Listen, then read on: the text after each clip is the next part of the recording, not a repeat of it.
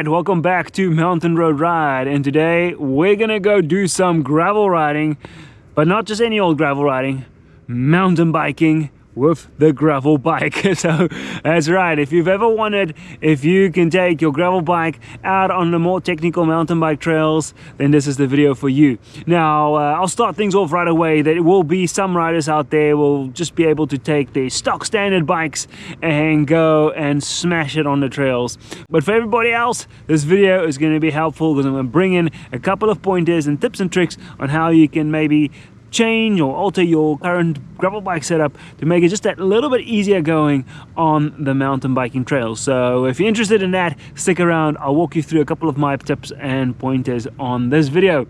But as you can see, I came over to this beautiful lake area here. This is Lake Fairfax here in Western Virginia, and what we find here is a network of incredible mountain biking trails. So that's where we're going to go ride today. Let's get out on the trails. You can see what it looks like when you take a gravel bike out on the mountain bike trails.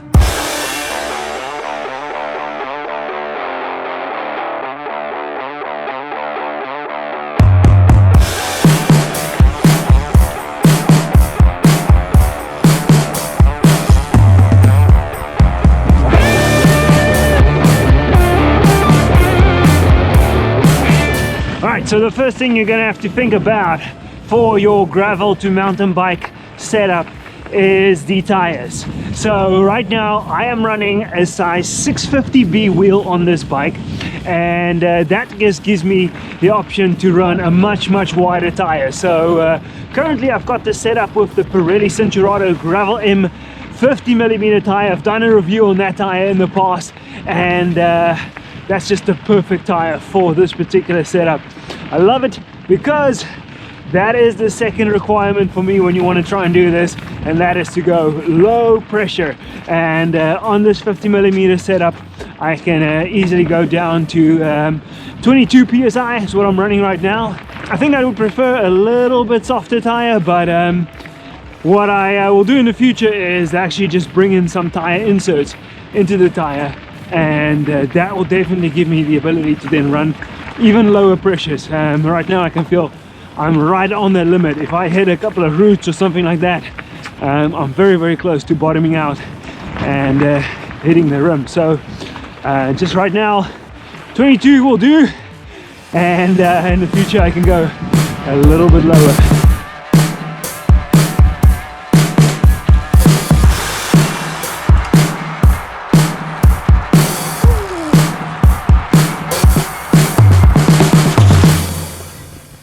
Alright, so when you're going to be riding with your gravel bike on technical trails, line choices become even more important than it is on a mountain bike. Now, this is a really good example.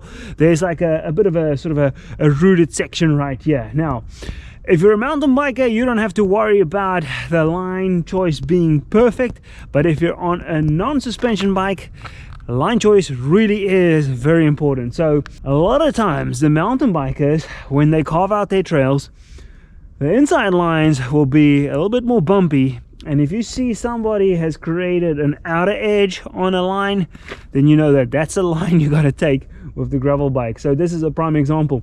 If you follow in, I'm going to show you up close, if you follow in this line through the corner here, lots of roots, a little bit of a drop off, and this is a steep one right there. I mean, this is not something you really want to take on with the gravel bike. You can, I've gone through there a couple of times when I've made wrong line choices. What you want instead is this outer line. You can see this is a much smoother line, and that's why it exists. So if you start going from this end here and you follow through over here on the outer bank, going down and in there, much smoother line. So pick your lines carefully when you're on the gravel bike. Inner lines are not always the best. You're gonna maybe have to sight a little bit more in advance to make sure you can pick the smoother line with a few drop-offs with a non-suspension bike. So one of my top tips for when you are riding a gravel bike on the trails. That is not what you want to do. Woo! That wasn't the shot. Let's try that again.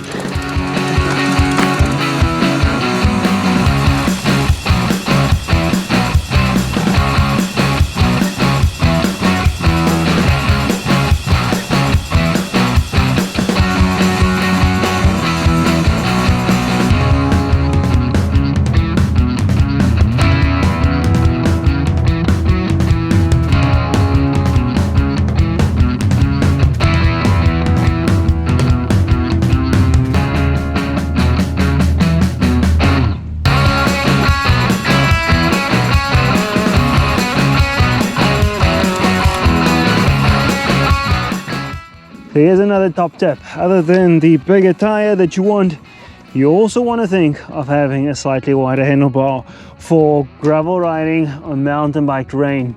So this handlebar got about a 42 centimeter width here versus a 47 centimeter width here, and believe me, I use every single one of those when I go over stuff like this.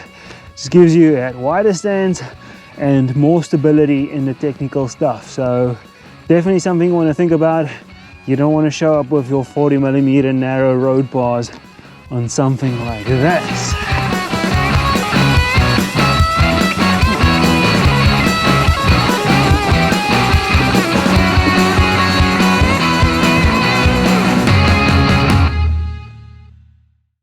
All right, another technical section on the trail.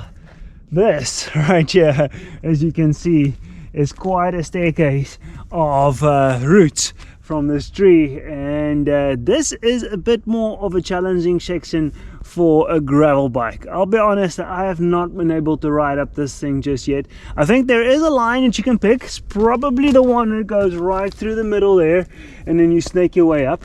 But there's one other thing that you got to keep in mind when you're on the gravel bike. A lot of these gravel bikes, when they build them with that dropped BB. So to give you that extra comfort on the bike, they've essentially dropped the bottom bracket to give you that lower center of gravity, which means you also have to keep that in mind when you're on technical trails, because you are lower down to the ground, so you don't have as much clearance to go over heavy steps like this.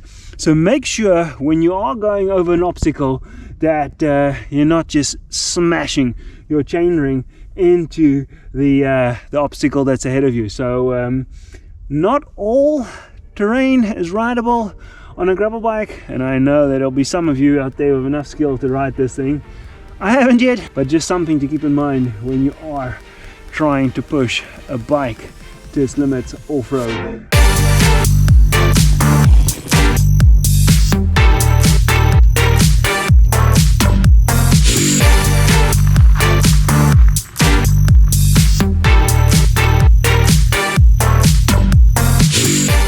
Okay, so you just saw me come up that super steep little incline there.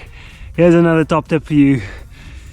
Gear selection, right? If you know that the trails you're going to be riding on is very technical and you need an additional range, you can always swap up your front chain rings if you're on a 1x.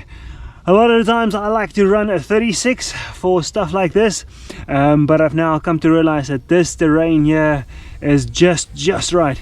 If I come with my 42, you can see I've been maxing out my chainring there at the back, so 42, 40 in the cassette, absolutely on the limit of what I can do in this area. But if I go to an area that's got even steeper inclines, I want that 36 chainring in the front. So gear selection, something you can keep in mind when you want to ride on technical trails.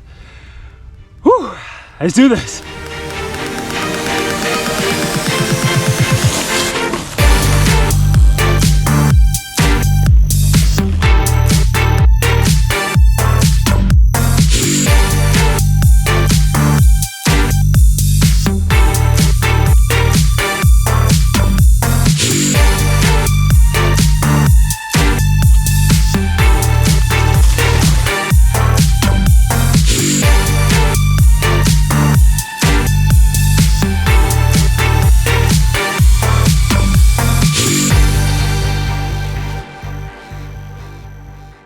Okay, so this trail is going to wind down here now, nice fast descent, lots of twists and turns, and this brings me to the next point about something to look out for. I mentioned the 650B wheel size earlier.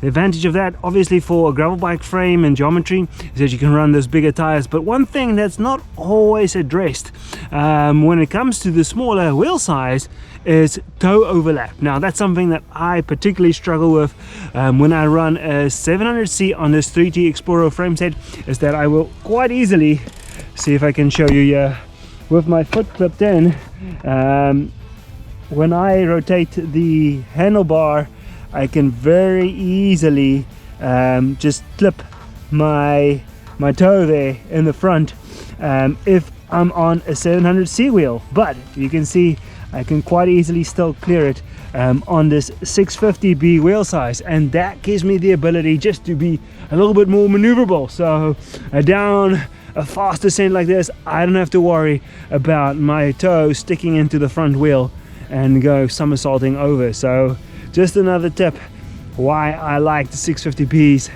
for something like this.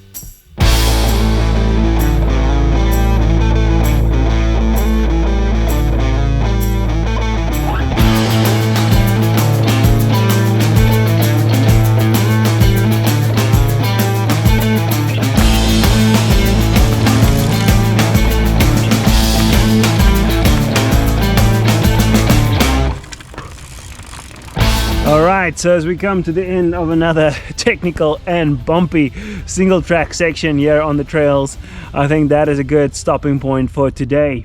So what is the overall biggest takeaway? Well, you can absolutely ride your gravel bike on trickier, more technical mountain bike terrain, but at the end of the day, it's just not going to be as smooth going as with a pure mountain bike where you've got suspension on there and even maybe a flat handlebar that's a little bit wider. So that is the biggest takeaway for me, but you can definitely make it a little bit smoother going. So a couple of things, as I mentioned throughout the video: a wider handlebar, definitely useful to have that more stability on your stands. Smaller wheel size gives you that little bit more nimbleness. Bigger tires, an absolute must.